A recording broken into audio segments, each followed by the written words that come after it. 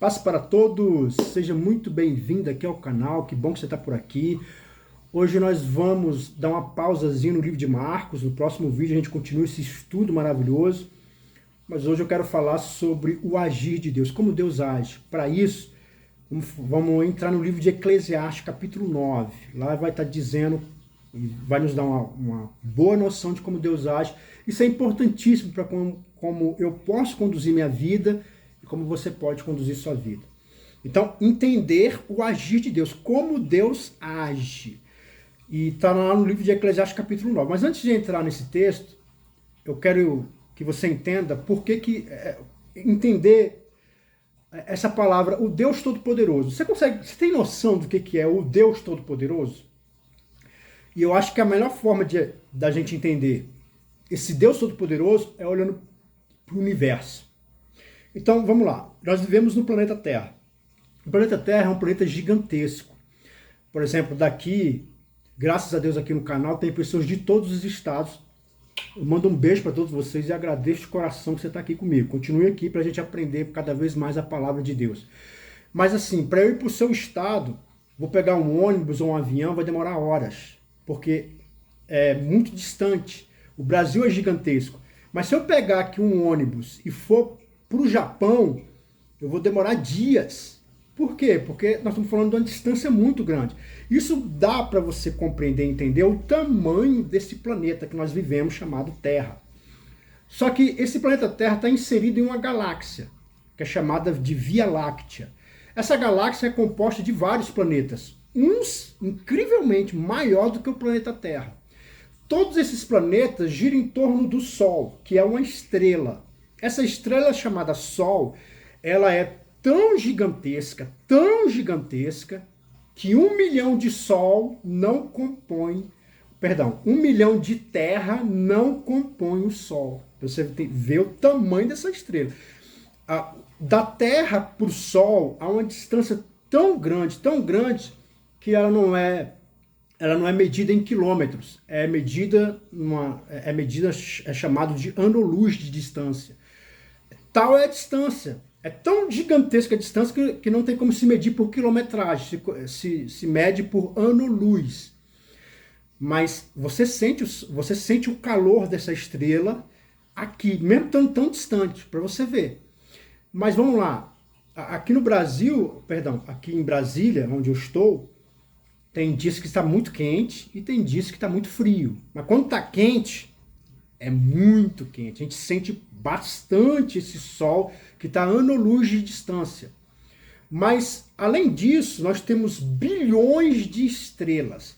Cada estrela está muito distante uma da outra. Mas quando você olha para o céu, parece que elas estão todas reunidas. Na verdade, elas estão muito distantes, para você ver a imensidão que a gente vive. Essas estrelas, tem umas que são tão gigantescas que elas são maiores do que o Sol. E, pasmem, 1 milhão de Sol não compõe essa estrela. Tal é a magnitude dela. E, além disso, quando a estrela morre, ela forma uma coisa chamada buraco negro. Buraco negro, nós temos leis que regem todo esse universo. A principal lei que rege esse universo é chamada de lei da gravidade. A lei da gravidade é aquilo que puxa. É por isso que uma coisa cai, né? Qualquer coisa ela cai por causa da lei da gravidade. A gravidade puxa. A gravidade desse buraco negro, ele é tão grande, segundo os estudos do já falecido Stephen Hawking. Desculpa a pronúncia, mas eu acho que é mais ou menos esse o nome da pessoa.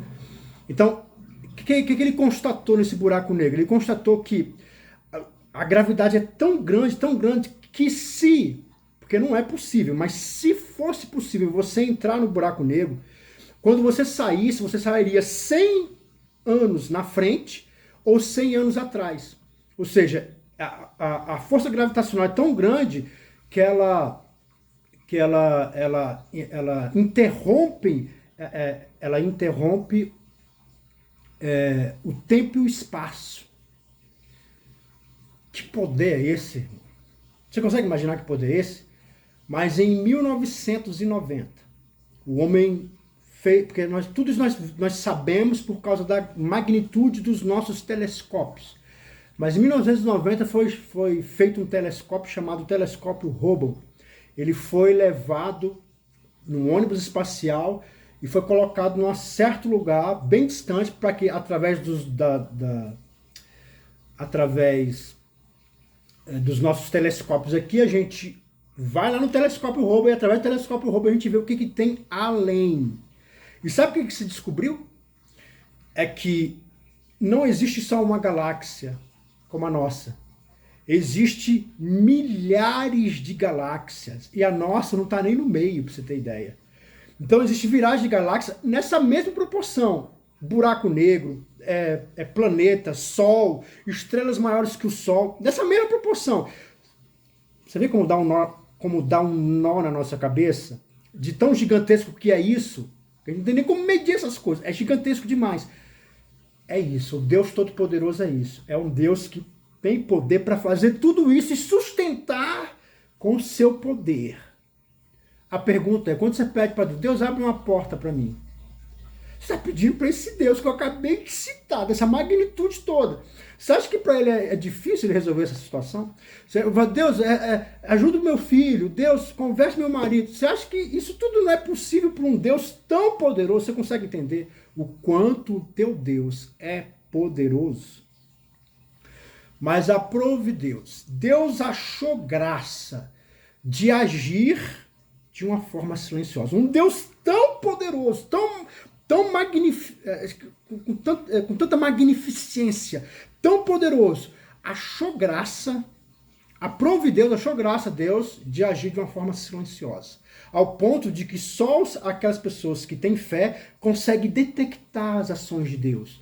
Não é poucas vezes que Deus faz uma obra na sua vida, você vai contar para as pessoas e fala, é uma coincidência. Não, se você está procurando emprego, uma hora você vai achar.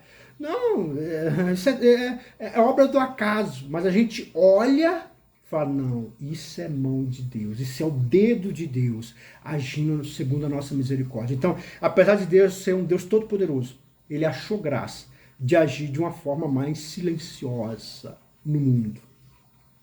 E no livro de Eclesiastes vai mostrar um pouco dessas ações de Deus. Diz assim, no versículo 11, voltei-me e vi debaixo do sol, que não é dos ligeiros a carreira, nem dos fortes a batalha, nem tampouco dos sábios o pão, nem tampouco dos prudentes a riqueza. Então aqui ele faz uma narrativa de várias situações que ele observou. Ele observou que não é só o que é o mais ligeiro que ganha a corrida.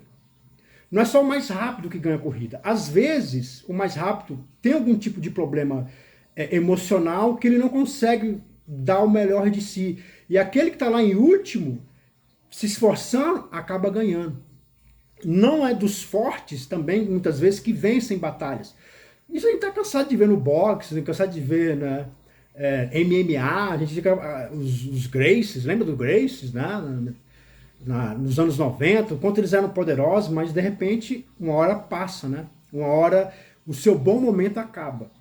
E na luta de boxe, Mike Tyson, me lembro que perdeu por Evander Holyfield, ninguém esperava, todo mundo achava, ele saía massacrando todo mundo, Mike Tyson. E é isso que ele está falando, nem sempre são os melhores que vencem.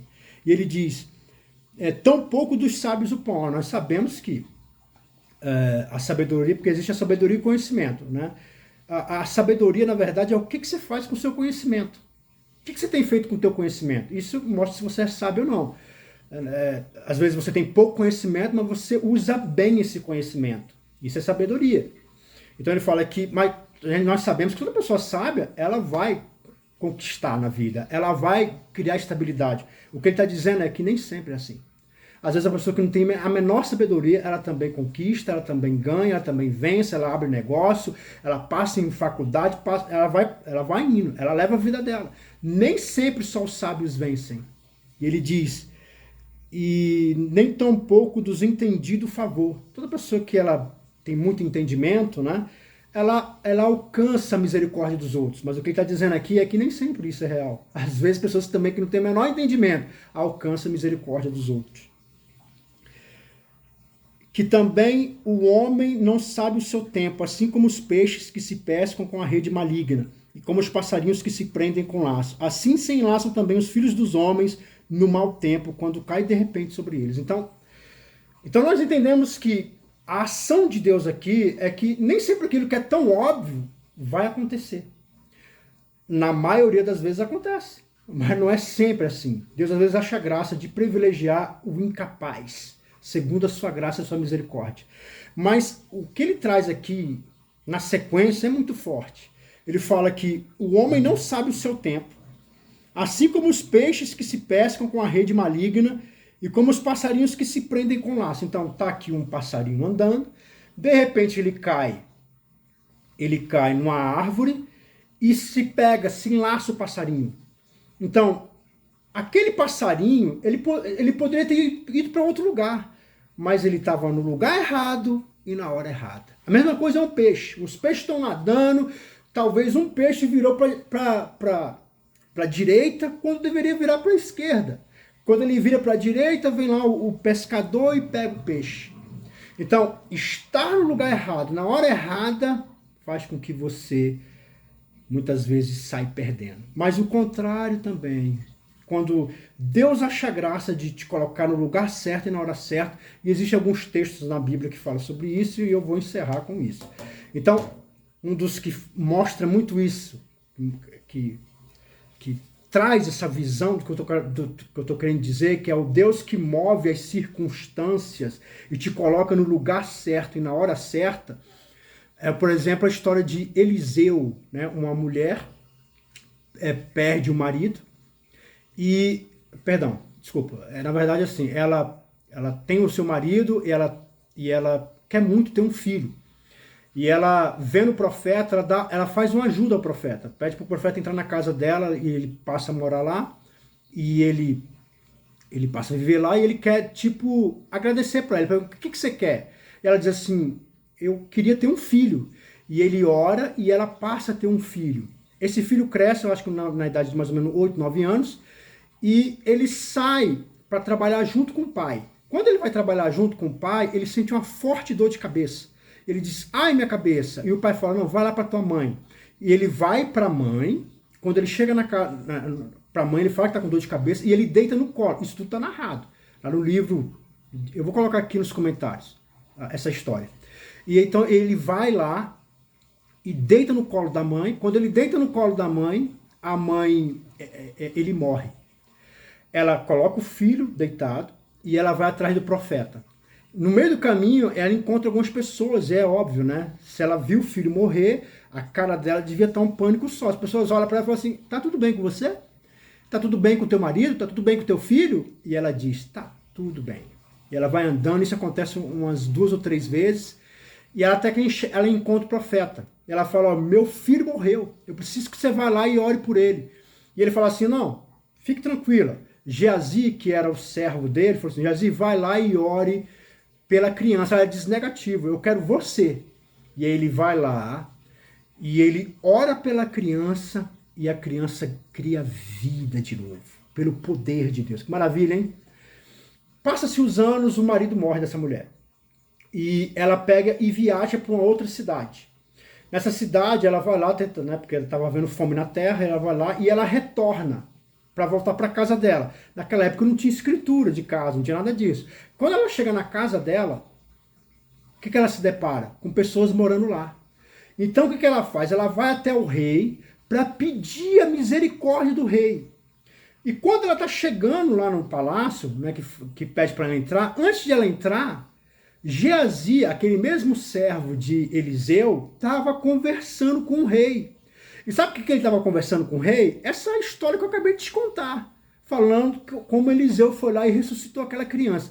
E aí quando ele terminou de contar essa história, o rei manda a pessoa entrar, porque as pessoas marcavam para poder falar com o rei manda entrar, quem que entra? Essa mulher. Geazi fala assim para o rei, rei, é essa mulher que eu estava falando agora há pouco dessa história aqui, é essa mulher aí, ó. É ela que o filho ressuscitou.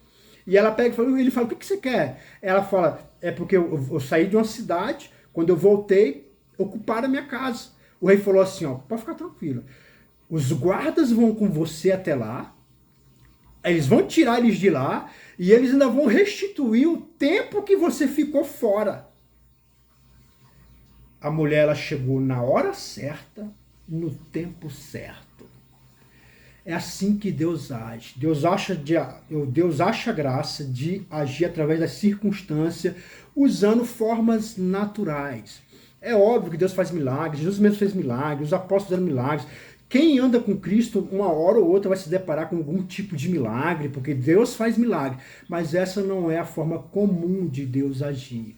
Apesar de Deus ser todo poderoso, Ele acha graça de nos conduzir nessa história nossa através das circunstâncias, para que a gente possa continuar crendo e tendo fé, porque só através da fé é que você reconhece isso como ação de Deus. Outra pessoa vai dizer, foi coincidência. Nossa, que sorte, hein? Ela deu muita sorte, essa mulher. As pessoas, elas nunca atribuem a Deus. Nós não acreditamos em sorte, não acreditamos em azar, que as coisas vão acontecer, ou não, nós acreditamos no dedo de Deus. Deus achando graça, movendo a história para que se cumpra a vontade dele na minha e na sua vida. Uma outra história também, que eu acho tremenda, é a história de Davi. Davi foi um homem a qual Deus escolheu ele para ser rei.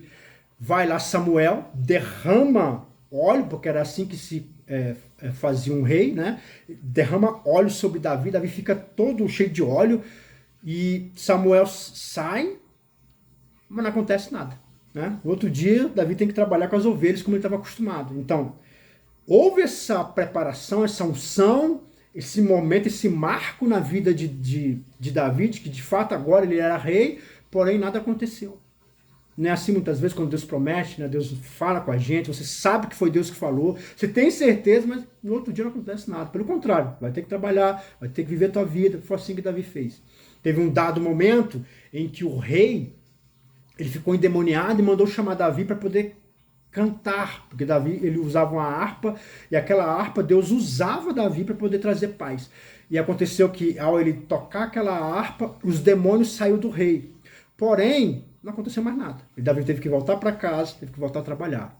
E é assim, tocando a sua vida, porque esse é o ponto que eu quero também deixar claro para você.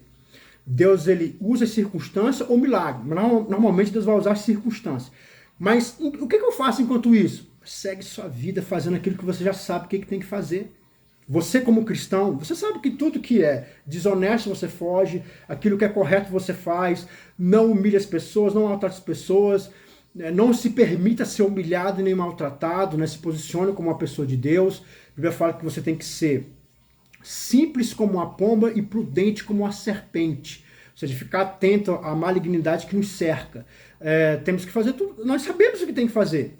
Tudo aquilo que é errado, que não é certo, eu não vou fazer, eu não vou ganhar dinheiro fácil, eu não vou buscar relacionamentos que não são, na visão cristã, não procede, como fornicação, como adultério, se envolver com pessoas fora do casamento, se envolver com prostituição, tudo, nós já sabemos, você sabe o que tem que fazer.